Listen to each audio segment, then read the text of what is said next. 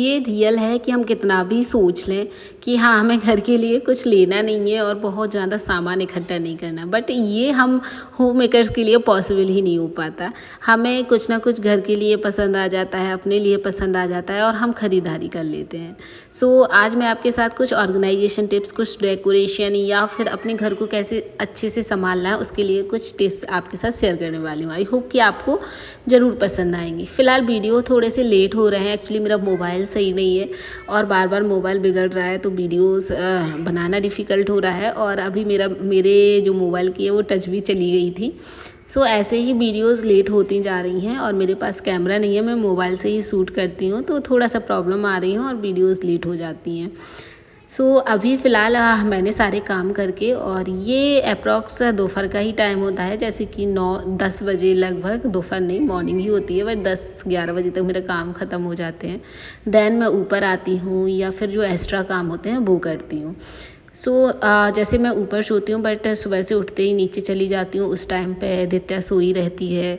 सो मैं सारा सामान नहीं हटाती हूँ, यानी बेड की क्लीनिंग नहीं कर पाती हूँ। और जब मैं नीचे जाती हूँ तो ऊपर तभी आती हूँ जब नीचे का पूरा काम ख़त्म हो जाए।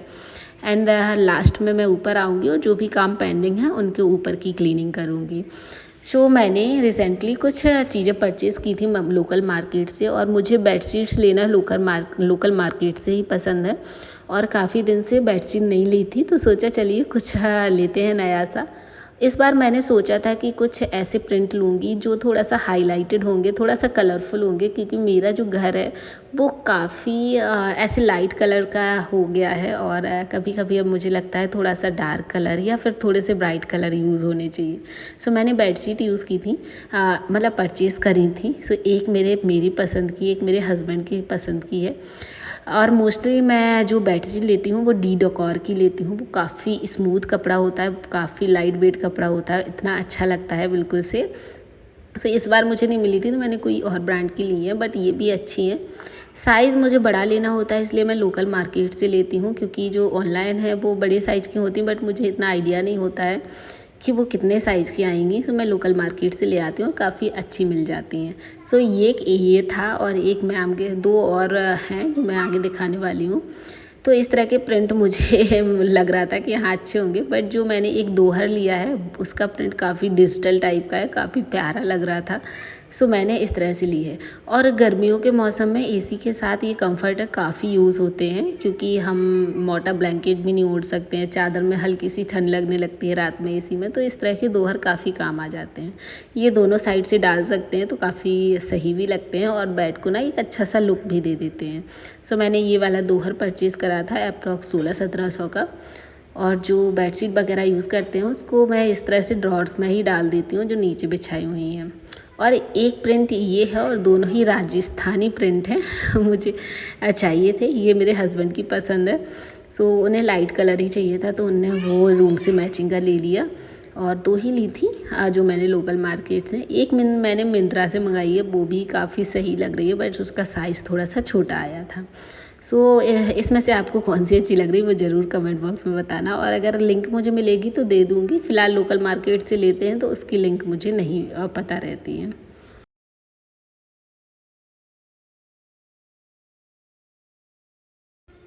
और ये भी उसी पैटर्न में है, राजस्थानी टाइप के, बट ये मैंने मिंत्रा से ली है। इसका साइज क्वीन साइज बेड के लिए अच्छा है, बट मेरे किंग साइज से भी बड़े बेड हैं, यानी 6x6.5 की, तो इसके लिए थोड़ी सी छोटी आती है। सो मैंने, बट उसमें भी ठीक ठाक आ गई थी, डाल दी थी। नेक्स्ट मैंने अभी कुछ दिन पहले कानपुर गई थी, तो वहाँ पर होम सेंटर से ये वाला मिरर परचेज़ करा था, और मुझे काफ़ी अच्छा लग रहा था। मुझे ऐसे लोकल मार्केट में कहीं दिखा नहीं, ऑनलाइन में मुझे काफ़ी कॉस्टली लग रहा था, सो मुझे वहाँ पर टकराया तो मैंने ले लिया। मेरे झांसी में होम सेंटर नहीं है, तो कई चीज़ें मैं नहीं खरीद पाती हूँ। जब मैं कहीं बाहर जाती हूँ तो ज़रूर इस तरह की चीज़ें ले आती हूँ। आज मुझे अपनी वार्डरोब को भी ऑर्गेनाइज़ करना था, सो मैंने बहुत सिंपल से, बहुत जो हर किसी के पास होंगे इस तरह से ऑर्गेनाइज़र्स, वो लिए हैं। बट ये मैंने मीशो से लिए थे, बहुत अच्छी क्वालिटी नहीं है, मुझे लगता है इसके अंदर कार्डबोर्ड्स हैं और उसके ऊपर से कवर कर दिया है, बट फिर भी हाँ वार्डरोब वगैरह में रखनी है तो काम चल जाएगा। और अभी सारे शोरूम्स पे काफ़ी अच्छे ऑफ़र चल रहे हैं, मिंत्रा वगैरह पे भी ऑफ़र चल रहे हैं। जैसे कि मैंने लिवास और आवासा के कुछ सूट्स लिए हैं और वो भी रिलायंस ट्रेंड से, क्योंकि वहाँ पर ऑफ़र चल रहा था। सो मैंने कहा 4 से 5 सूट इस तरह से परचेज़ कर लिए। और ये डेली यूज़ या फिर थोड़ा बहुत मार्केट वगैरह या कॉटन के सूट होते हैं ना, उस तरह के हैं। और मुझे इस तरह से कभी कभी ऑफ़र में चीज़ें मिल जाती हैं तो मैं ले लेती हूँ। फ़िलहाल इन सब के लिंक आपके साथ नहीं शेयर कर सकती, बट मैं जो भी परचेज़ करती हूँ, जो भी लेती हूँ, वो आपके साथ ज़रूर से शेयर कर देती हूँ। और ये जो सूट हैं फ़िलहाल अभी नहीं पहनूँगी, किसी और वीडियो में दिखाऊँगी या फिर वीडियोज़ में आपको दिखते रहेंगे कि किस तरह से ये लग रहे हैं। 5 सूट हैं, इस तरह से मैंने हैंग कर दिए हैं और अपनी वार्डरोब को आज ऑर्गेनाइज़ करना था, सो उसको भी क्लीन कर लिया है। कुछ ऐसी चीज़ें होती हैं जो डिक्लटर होती हैं इस टाइम पे, जैसे कि कुछ नया ले लेते हैं तो कुछ पुरानी चीज़ें जो यूज़ नहीं कर रहे होते हैं उनको हटा देना चाहिए, ताकि आपकी वार्डरोब में स्पेस भी निकल आए और जो हम लोग यूज़ नहीं कर रहे हैं वो एकदम से भर भर के ना रखें। तो मैंने कुछ चीज़ें हटा दी हैं जो कुर्ती वगैरह यूज़ नहीं कर रहे हैं और गर्मियों में पहनने का मन भी नहीं करता है, तो उनको हटा दिया है। बाकी के फ़ोल्ड करके और अपनी जो वार्डरोब है महीने में एक बार ज़रूर डिक्लटर करके ऑर्गेनाइज़ किया करें, क्योंकि इस तरह की वार्डरोब ना काफ़ी अनऑर्गेनाइज़ हो जाती हैं। अच्छा, कोई सब्सक्राइबर्स मुझसे पूछते हैं कि ये वार्डरोब के बारे में आप मुझे नाम नहीं पता है, बट वो कई बार पूछ चुकी हैं कि वार्डरोब की डिटेल्स दे दीजिए। सो मैं ऑर्गेनाइज़ कर रही थी तो सोचा आपके साथ शेयर भी कर दूँ। सो मेरा जो ऊपर का पार्ट है ना, वो मेरी हाइट से काफ़ी बड़ा है, तो वहाँ तो नहीं पहुँच पाती हूँ। बट जो इस तरह से मैंने अंदर के पार्ट्स हैं, कुछ ड्रॉर्स बनवाई हैं, क्योंकि ड्रॉर्स में कपड़े बहुत अच्छे ऑर्गेनाइज़ हो जाते हैं। मुझे ऑर्गेनाइज़र्स नहीं लेने पड़ते बार बार, या कुछ चीज़ें ऑर्गेनाइज़ करने के लिए बहुत सारे पैसे खर्च नहीं करने पड़ते, क्योंकि मैंने इस तरह से ड्रॉर्स बनाई हैं और बहुत अच्छे से सभी चीज़ें ऑर्गेनाइज़ हो जाती हैं और जो हमारी वार्डरोब है वो क्लटर फ्री लगती है। और ये जो मैंने पतले वाले ड्रॉर्स बनाए हैं वो लैपटॉप वगैरह या कोई चार्जर वगैरह इस तरह से रखने के लिए बनाए हैं। 2 ड्रॉर्स हैं जो कुछ भी रख सकते हैं, और 3 बड़े बड़े ड्रॉर्स हैं जिसमें कि हम अपने घर अपना पूरा ही सामान रख लेते हैं। मेरे ड्रेसेस आ जाते हैं, मेरे हैवी सूट्स आ जाते हैं, मेरे डेली वियर्स आ जाते हैं। और जो नीचे का पार्ट है उसमें मैंने कई सारी साड़ियाँ रख रखी हैं जो मैं रिसेंटली अभी घर से ले आई थी। बहुत सारी तो अभी यहाँ पे नहीं है, बट फिर भी काम चल जाता है, तो उनको रख लिया है। इस तरह के ब्लाउजेस वगैरह भी मैं ले लेती हूँ, कभी कई साड़ियों पे यूज़ आ जाते हैं। तो हम होम मेकर्स के लिए ना, मतलब हम होम मेकर्स नहीं, सॉरी, हम लेडीज़ के लिए हमें जीन्स भी पहनने होते हैं, हमें सूट्स भी पहनने होते हैं, साड़ी, ड्रेसेस, कई सारे कपड़े होते हैं। उन सबको अच्छे से ऑर्गेनाइज़ करना, सभी चीज़ों को सेग्रीगेट करना शायद डिफ़िकल्ट है, और तभी हम लोगों की पूर्ति नहीं हो पाती, क्योंकि एक चीज़ तो है नहीं पहनने के लिए, सभी चीज़ें पहननी हो, फिर सभी चीज़ें एक समय के बाद चेंज करनी, बार बार ख़रीदनी, इसीलिए खर्चे ज़्यादा होते हैं और हम लोगों के पास कपड़े बहुत ज़्यादा होते हैं। तो जितनी भी हैवी साड़ियाँ हैं उनको मैं इस तरह से किट में रख देती हूँ, और जो बेडशीट के साथ किट निकलती है ना, उनको भी मैं यूज़ करती हूँ साड़ी वगैरह रखने के लिए या सूट रखने के लिए, क्योंकि वो काफ़ी अच्छे पॉलीथिन की होती हैं जो हम मार्केट से ख़रीदते हैं, सेम उसी तरह से होती हैं। तो इस तरह में साड़ी भी अच्छे से आ जाती हैं। तो कई ऑर्गेनाइज हम यूज़ कर सकते हैं, फेंकने की बजाय इस तरह से रख लीजिए, काफ़ी ज़्यादा काम आ जाते हैं। सभी साड़ियों को इस तरह से मैंने ऑर्गेनाइज़ कर लिया है। जो एक्स्ट्रा बचती हैं तो इस तरह से कपड़े वाले बैग आते हैं ना, उसमें भी मैं रख देती हूँ।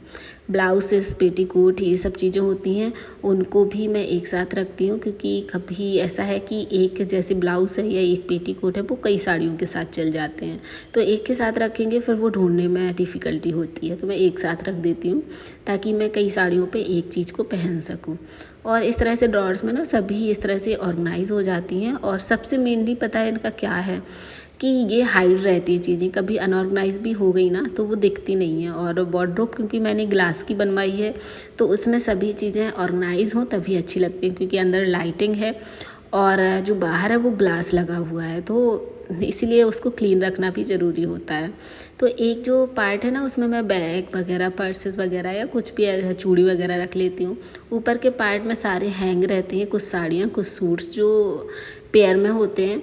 और इस तरह से ड्रॉर्स होती हैं, वो छोटी छोटी निक आइटम्स या अंडर गारमेंट्स इस तरह की चीज़ें रखने के लिए यूज़ हो जाती है। ये वाला है वो कभी लैपटॉप या चार्जर वगैरह रखने होते हैं उसके लिए यूज़ होता है। तो इस तरह से मेरे पूरा जो वार्डरोब है ना उस वो पार्ट हैं। तो आई थिंक आपको अब आइडिया मिल गया होगा कि मेरी वार्डरोब कैसी है, कैसे मैं ऑर्गेनाइज रखती हूँ, क्या मैंने इसमें लगवाया हो। अंदर मेरा वाइट माइका लगा हुआ है, ड्रॉर्स लगी हुई हैं, और ये मैंने काफ़ी सोच समझ के बनवाया है। हैंडल नहीं लगवाना था तो इस तरह से कटर करवा लिए ताकि बाहर निकालने में आसानी हो। और जो ऊपर का पार्ट है उसमें पहुंच तो नहीं पाती हूँ, तो मैं हैवी चीज़ें रख देती हूँ जैसे सर्दी वगैरह के कपड़े। और जो बाहर लगा है वो सिंपल वाला ग्लास लगा है जो हम लोग अलमीरा वगैरह में फ़िट कराते हैं। और जो एलुमिनियम का फ्रेम है ना, वो साइज़ लेके अपने आप ही बना देते हैं। तो एलुमिनियम के फ्रेम में सिंपल ग्लास लगा है और लाइटिंग लगी है, तो ये काफ़ी अच्छा लुक भी देता है। तो आप खुद से देख सकते हैं। आई थिंक आप आइडिया मिल गया होगा और आपकी प्रॉब्लम सॉर्ट आउट हो गई होगी। तो मेरी भी वार्डरोब ऑर्गेनाइज हो गई है। और इस मौसम में कुछ शिकंजी वगैरह मिल जाए या कुछ ऐसी चीज़ मिल जाए जो हेल्दी भी हो और टेस्टी भी हो। तो यहाँ पर जो कटीला गोंद आती है ना, कटीला की गाद, वो काफ़ी ठंडी होती है। और ये आप लोग एक बार ज़रूर से ट्राई करिएगा मेरे कहने पर। इस तरह से रेसिपी नहीं, जो हमारा शिकंजी है वो काफ़ी टेस्टी लगती है। तो इसमें मैंने चिया सीड्स डाले हैं और कटीला गाद डाली है। उसके बाद इसमें पिसी हुई चीनी 2 चम्मच, थोड़ा सा मिठास आ जाए, काला नमक, आइस और सोडा। इसको आप एक बार ज़रूर से पी के देखिए, बहुत टेस्टी लगता है, इतना रिफ़्रेशिंग लगता है कि आपका जो गर्मी से कोल्ड ड्रिंक पीने का मन है, आते हैं और कोल्ड ड्रिंक पीते हैं या किसी इस तरह से पीते हैं, तो ये बनाकर पीजिए। काफ़ी ज़्यादा टेस्टी होता है, हेल्दी होता है और नुकसान भी नहीं करता है। सो ओके दोस्तों, आई होप कि आज का वीडियो आपको पसंद आया होगा। एंड आज के लिए इतना ही। मिलते हैं अब आपको एक नए और इंटरेस्टिंग वीडियो के साथ। चलिए, आप लोग अपना ख्याल रखिएगा। Bye bye, tata and take care.